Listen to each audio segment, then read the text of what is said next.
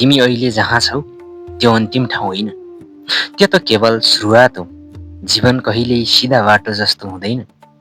कहिले उकालो, कहिले ओह्रालो, कहिले अँध्यारो, कहिले उज्यालो। तर एउटा कुरा सम्झनुहोस् त, हार मान्ने मान्छेहरूले कहिल्यै जित्दैनन् र जित्नेहरूले कहिल्यै हार मान्दैनन्। तिमीभित्र असीम शक्ति छ। तिमीले आफैलाई चिन्न सकेनौ भने संसारले पनि चिन्न सक्दैन। अरूको कुरा सुनेर होइन, आफ्नो मनको आवाज सुनेर अगाडि बढ।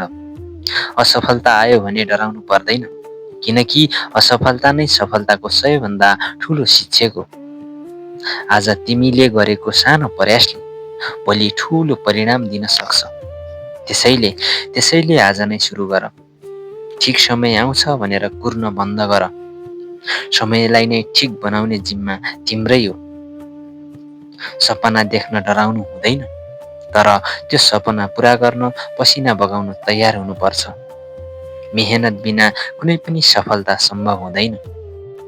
याद गर तिमी कमजोर होइनौ, तिमी हार्ने मान्छे होइनौ। तिमी जन्मिएकै छौ जित्नका लागि। अब उठ, अगाडि बढ र आफ्नो लक्ष्यतिर अगाडि बढ, किनकि तिम्रो सफलता कसैले रोक्न सक्दैन जब तिमी आफैले हार मान्दैनौ भने।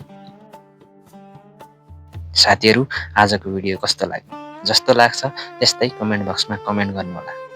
आगामी दिनमा यस्तै भिडियो हेर्न चाहनुहुन्छ भने हाम्रो च्यानल सब्स्क्राइब गरेर जोडिन नभुल्नुहोला र साथीहरूलाई सेयर गर्न पनि नभुल्नुहोला। धन्यवाद।